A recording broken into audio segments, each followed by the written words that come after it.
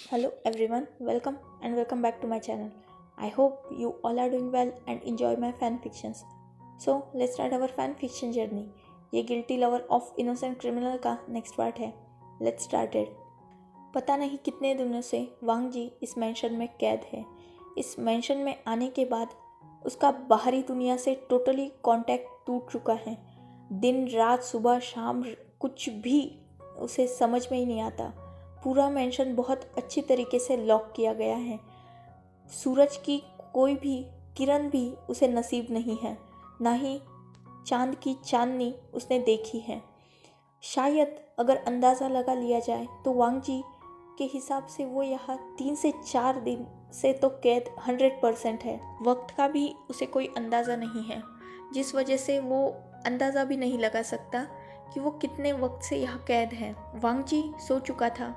उसकी आँख तब खुलती है जब किसी ने उस पर बहुत ठंडा पानी डाल दिया था. वांग जी बहुत हड़बड़ाते हुए उठ जाता है.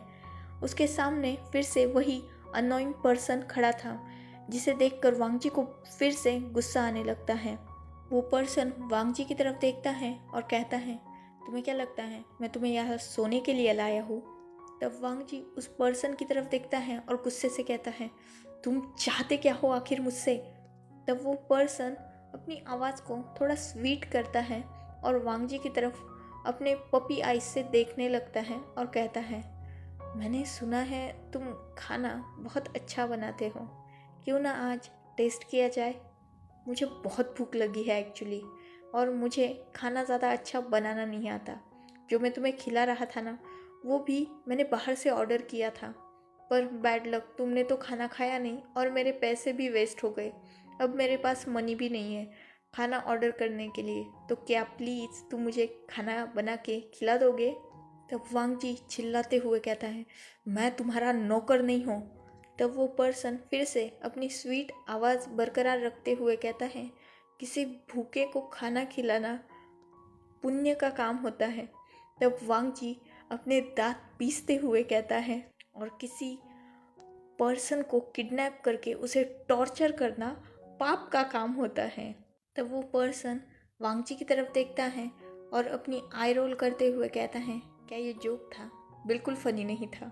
बिलीव मी, मुझे 1% भी हंसी नहीं आई. तब वांग जी फिर से अपने दांत पीसते हुए कहता है, तुम्हें क्या मैं जोकर लगता हूँ जो तुम्हारा एंटरटेनमेंट करेगा?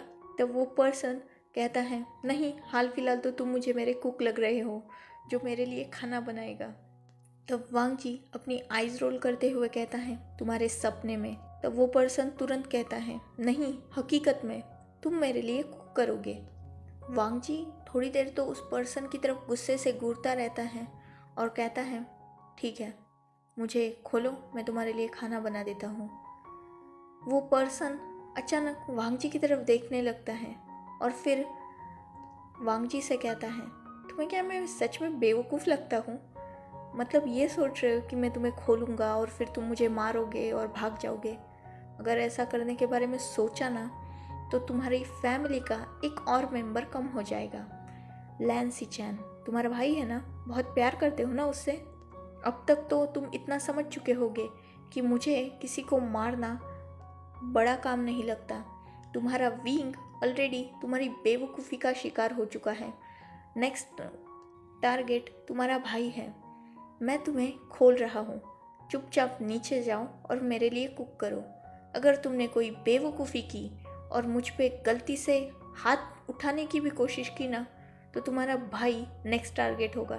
और अगर तुम में थोड़ी भी अकल अभी बची है, तो तुम कोई भी बेवकूफ़ी नहीं करोगे, क्योंकि विंग को मारने से पहले भी मैंने तुम्हें बस एक ही बार वार्न किया था, और लैन सिचैन को मारने से पहले भी मैं तुम्हें एक ही बार वार्न कर रहा हूँ. नेक्स्ट टाइम विंग की तरह ही लैन सिचैन की भी लाश ही तुम्हें दिखाऊंगा. इतना बोलकर वो पर्सन वांग जी के हाथ को बेड के हेडबोर्ड से फ्री कर देता है, पर उसके दोनों हाथों में अभी भी वो हैंडकफ बंधी हुई थी. मतलब सिर्फ उसने उसे उस बेड के हेडबोर्ड से खोल दिया था, बाकी वो उसके दोनों हाथ अभी भी एक दूसरे के साथ बंधे ही हुए थे. सेम उसके पैरों के साथ भी वो करता है. उसके पैरों में भी अभी भी जंजीर डली ही हुई थी. वांग जी उस पर अटैक करने की कोशिश भी नहीं करता। वो जानता था कि उसकी एक गलती और उसका भाई भी विंग की तरह ही मर सकता है, तो अब वो कोई बेवकूफ़ी नहीं करेगा। वो खुद मरने के लिए तैयार है, पर ये इंसान उसे छोड़ के उसके अपनों को टारगेट कर रहा है, जिस वजह से वो कोई बेवकूफ़ी नहीं करता और चुपचाप उस पर्सन के पीछे चलने लगता है। थोड़ी ही देर बाद वो दोनों ही उस मेंशन के लिविंग एरिया में थे। वो पर्सन काउच पे बैठ जाता है और वांग जी से कहता है, उस साइड किचन है, जाओ और मेरे लिए कुछ अच्छा सा बना के लाओ, और हाँ, थोड़ा स्पाइसी बनाना। वांग जी अभी भी उसकी तरफ ही देख रहा था।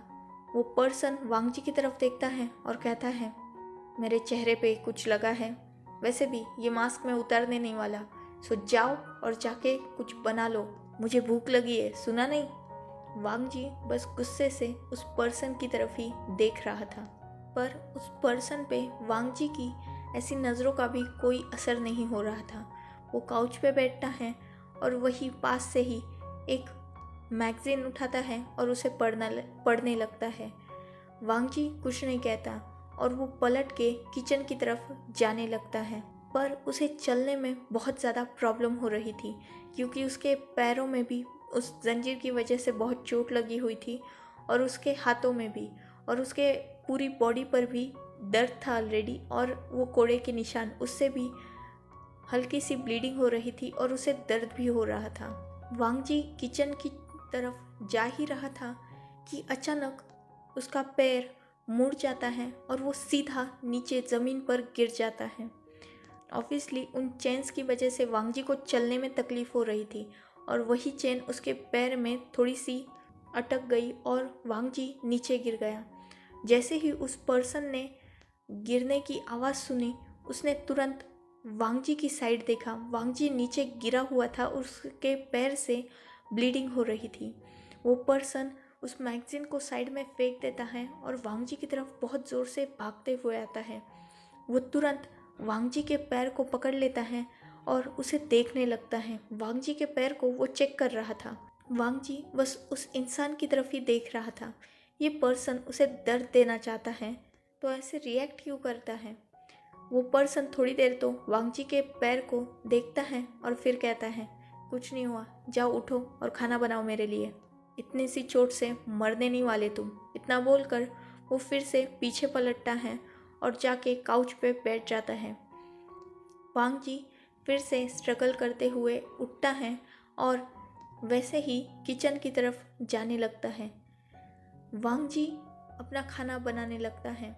किचन में सारी चीज़ें ऑलरेडी अवेलेबल थी। वो पर्सन ऐसी जगह बैठा था जहाँ से वांग जी को साफ तौर पर देखा जा सकता था। वो पर्सन मैगज़ीन भी पढ़ रहा था और उसी के साथ साथ वांग जी को भी देख रहा था। वांग जी भी टाइम टू टाइम उस पर्सन की तरफ देख रहा था। उसके चेहरे के एक्सप्रेशन थोड़े सॉफ्ट हो चुके थे, पता नहीं क्यों, पर वांग जी का चेहरा पहले जितना गुस्से में नहीं था। सो वो शांति से कुछ देर बाद खाना बना के रेडी कर देता है और उसे एक प्लेट में सर्व करके फिर से वैसे ही उस पर्सन की तरफ जाने लगता है। वो पर्सन जैसे ही उन जंजीरों की आवाज़ सुनता है, वो वांग जी की तरफ देखने लगता है। वांग जी उसके सामने जो टेबल थी उस पर वो प्लेट रख देता है। उस प्लेट में बहुत ज़्यादा डिलीशियस और थोड़ा स्पाइसी फूड रखा हुआ था, जिसकी स्मेल भी बहुत ज़्यादा अच्छी आ रही थी और वो दिखने में भी बहुत ज़्यादा अच्छा लग रहा था। वांग जी वो प्लेट नीचे रखता है और वही साइड में खड़ा हो जाता है।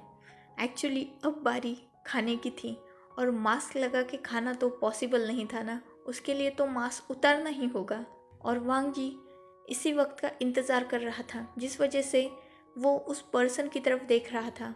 वो पर्सन जैसे ही देखता है कि वांग जी उसे देख रहा है, वो तुरंत समझ जाता है कि वांग जी क्या सोच रहा है। वो पर्सन वांग जी से कहता है, ऐसे क्या देख रहे हो, नीचे बैठ जाओ, तुम्हें भूख नहीं लगी, चलो तुम भी खा लो। तब वांग जी तुरंत कहता है, नहीं मुझे भूख नहीं है। तब वो पर्सन लगभग चिल्लाते हुए कहता है, तुम्हें क्या मुझसे बहस करने में मज़ा आता है? मैंने कहा ना खाना खा लो तो खा लो ना, इतनी क्या जिद करनी। तब वांग जी कहता है लेकिन मुझे भूख नहीं है। तब वो पर्सन कहता है तुम जानते हो तुम कितने देर से भूखे हो। मैंने तुम्हें ज़बरदस्ती खिलाना चाहा, तुम उसके लिए नहीं माने। अब तुम्हें प्यार से कह रहा हूँ तो खा लो ना। वैसे भी ये खाना तुमने बनाया है तो इसमें जहर होने के कोई चांसेस नहीं है। या तुमने सच में कुछ मिलाया है इसमें? अगर मिलाया होगा तो मैं तो मर जाऊंगा। चलो एक काम करो, सबसे पहले तुम ही खाओ और बाद में मैं खाऊंगा। इतना बोलकर वो पर्सन वांग जी की तरफ अपनी प्लेट सरका देता है। वांग जी कुछ देर उस प्लेट को देखता है, बाद में उस पर्सन को देखता है और कहता है तुम्हें सच में ऐसा लगता है कि किचन में तुमने कुछ ऐसा रखा है जो मैं खाने में मिला के तुम्हें मार सकता हूँ? तब वो पर्सन कहता है मैं ये तो जानता हूँ कि किचन में कुछ हार्मफुल नहीं है, पर मैं ये भी जानता हूँ कि मैं लान वांग जी से पंगा ले रहा हूँ, तो तुम्हारा कोई भरोसा नहीं है। तुम पहले खाना खाओ, बाद में मैं खाऊंगा। इतना बोलकर वो सोफ़ा पे लीन हो जाता है। वांग जी डिसबिलीव से उस पर्सन की तरफ देखता है और फिर कहता है ठीक है मैं खाता हूँ। इतना बोलकर वो नीचे अपने घुटनों पर बैठता है और उस खाने के निवाले को उठाकर खाने लगता है। वो पर्सन वांग जी को ऐसे ही देख रहा था। वांग जी एक निवाला लेता है और उसे पूरा फिनिश करने के बाद कहता है देखो इसमें कुछ नहीं है। इतना बोलकर वो प्लेट उस पर्सन के सामने कर देता है। तब वो पर्सन हल्के से स्माइल करता है पर वो वांग जी नहीं देख पाता और कहता है चलो पूरा खा लो, क्या पता एक निवाले से कुछ नहीं होगा, दूसरे से कुछ हुआ तो। तब वांग जी कहता है तुम क्या छोटे बच्चे हो, मतलब इतना सिली रीज़न कौन देता है? तब वो पर्सन कहता है तुम्हारा भरोसा नहीं, मुझे तुम पे बिल्कुल विश्वास नहीं है, तुम और थोड़ा खाओ। तब वांग जी जस्ट अपना हेड शेक करता है और उस खाने को खाने लगता है। 1 2 3 4 ऐसे करते करते वो पर्सन कैसे भी करके वांग जी को पूरा खाना खिला देता है। भले ही वो खाना स्पाइसी था पर वांग जी को खाना मजबूरी था, वरना ये सामने वाला पर्सन फिर से कहने लगेगा कि तुमने कुछ मिलाया था, तुमने कुछ ये किया वो किया। ऐसे ही करते करते वांग जी पूरा खाना खा चुका था। वांग जी उस पर्सन की तरफ देखता है और कहता है अब मैं फिर खाना नहीं बनाने वाला। तब वो पर्सन कहता है वैसे भी मेरी भी भूख मर चुकी है, जाओ ऊपर जाओ और अपने रूम को साफ करो। तब वांग जी उसकी तरफ देखता है और कहता है क्या मतलब?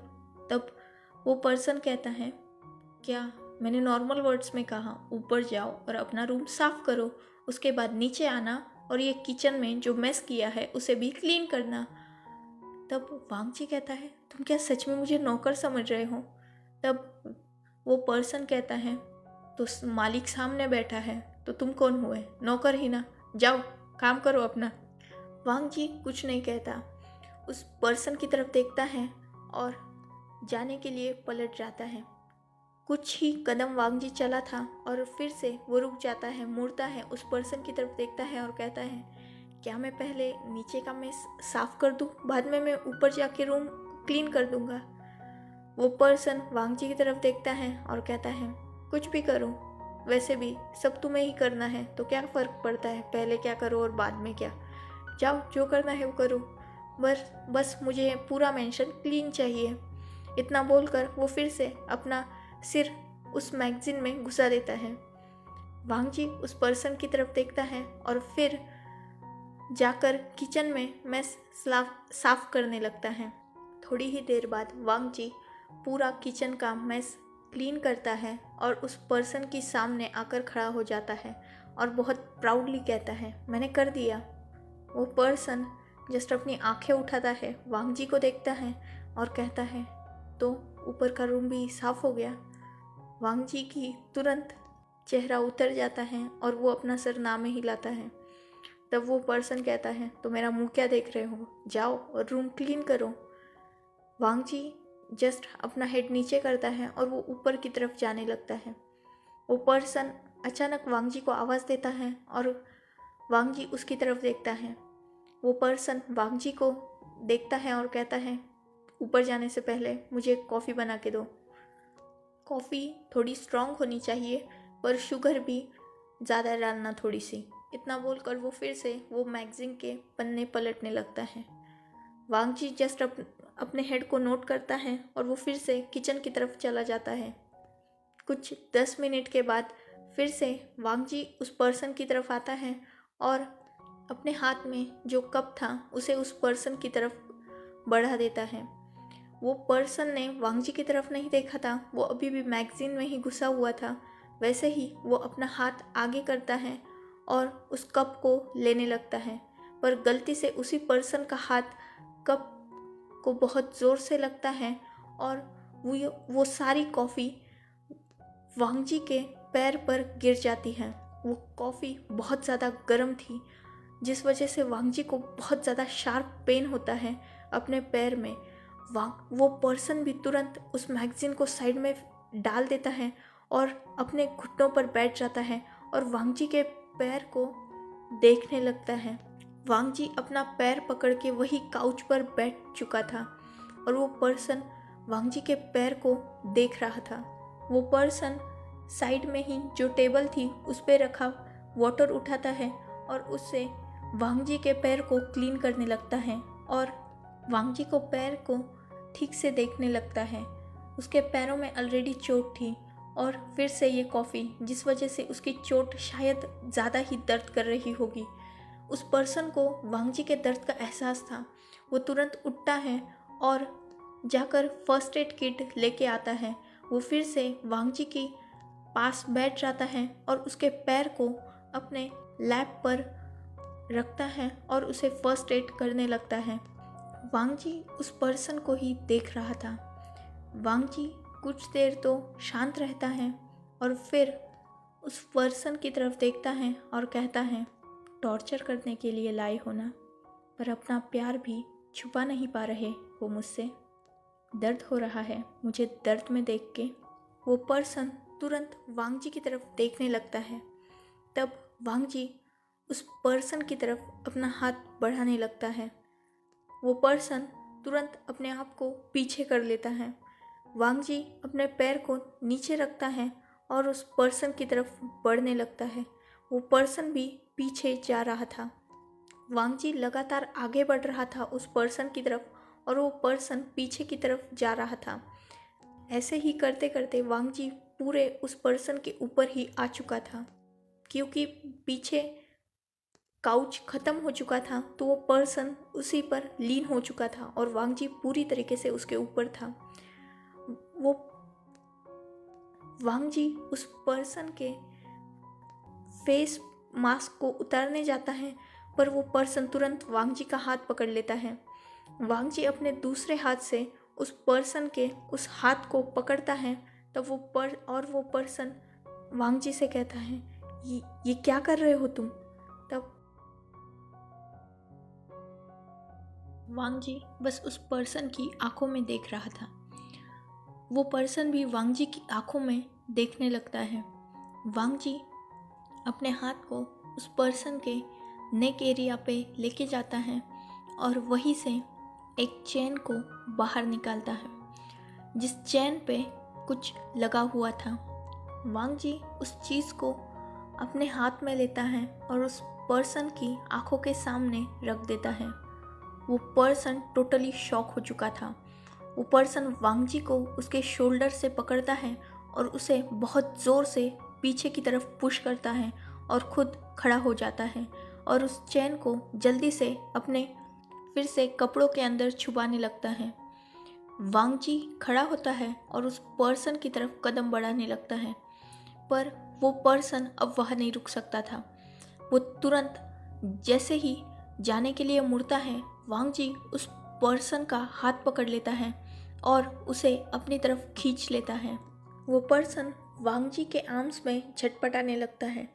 तब वांग जी उस पर्सन को टाइटली ग्रिप करता है और उसके फेस के मास्क को हटा देता है।